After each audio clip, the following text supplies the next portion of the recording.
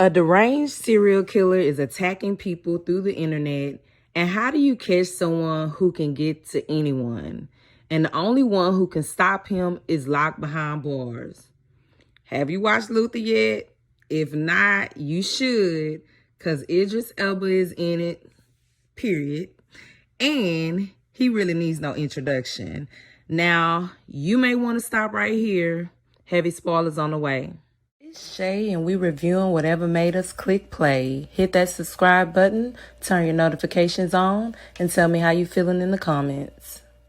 Just in case you haven't watched the Netflix series Luther, it's all about a private detective played by Idris Elba who really doesn't follow the law.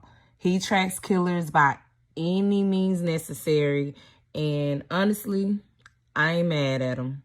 Get them off the street, Luther. We have Detective Rain, played by Cynthia Erivo, who played Harriet. Antagonist David, played by Andy Serkis, who also played Gollum in Lord of the Rings. My precious. Movie does not waste time jumping right into the craziness. A man gets a call while at work, forcing him to meet at a certain location before exposing some type of photos or videos to his wife. When he arrives, he thinks he sees an accident with someone laying on the ground.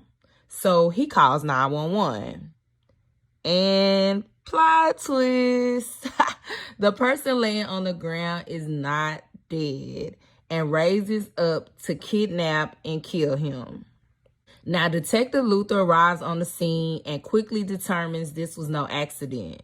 Someone wanted the victim there. He cuts to a guy in the crowd looking very suspicious who makes a call to someone requesting that he make sure to get any dirt on Luther, thus landing him in jail for countless acts as a dirty cop.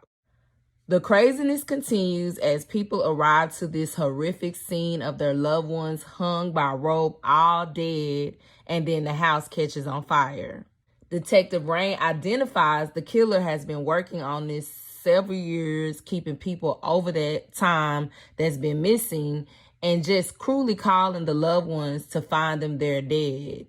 Now, I've watched a few detective shows and different types of killers. This one here, he just take evil to a whole new level. Now, David has Luther in jail, and as expected, he's getting his butt whooped because I'm sure he's made a lot of enemies being a detective. This man's now sent him this recording. He's laughing and literally enjoying himself as he's torturing the son of the mom that Luther promised he would save. The mom shows up to visit Luther, and she's very angry because she's like, you said you would save him and you didn't. And plot twist, David is the one who actually drove her to the jail to see Luther. Luther is upset. He's ready to get David, and so he plans his escape by having two guards let a jail fight break out and allow the prisoners to attack him so he can be transferred. Luther does his magic, fighting his way out, and I say magically because ain't no way in hell nonetheless. He gets his way out and makes it to transportation so the friend that he called could break him out. David, the killer, he's at some nursing home talking to this very disfigured woman who appears terrified and disgusted at the same time. This woman is his wife, who he attempted to kill himself because she was trying to stop him. Now, Luther is on the run. He's escaped, and he's coming for old boy. He's chasing down leads while the police chasing him. Luther manages at this point to convince the police to work with him while being on the run. Neither trusting each other, but both want the same end goal of getting the killer off the streets. David is instructing what appears to be an entire team to dig into people's private lives, phones, internet, speakers. Nothing is off limit. Fast forward, and multiple people are standing on roofs looking down to their soon-to-be death. Luther shows up on the scene and he's calling the killer, tricking him into identifying himself. See, he liked to watch, so it would make sense that he would be there.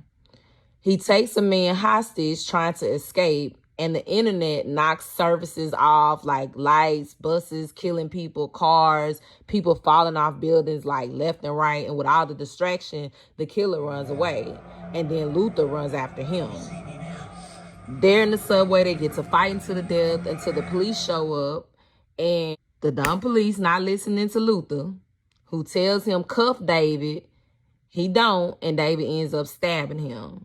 David has people everywhere, including the police department, due to the information he holds on everyone. This is what's making him almost untouchable and how he's been getting away with this crap the whole time. With the information he must have gotten from the inside man, Archie, Detective Rain's daughter is in danger.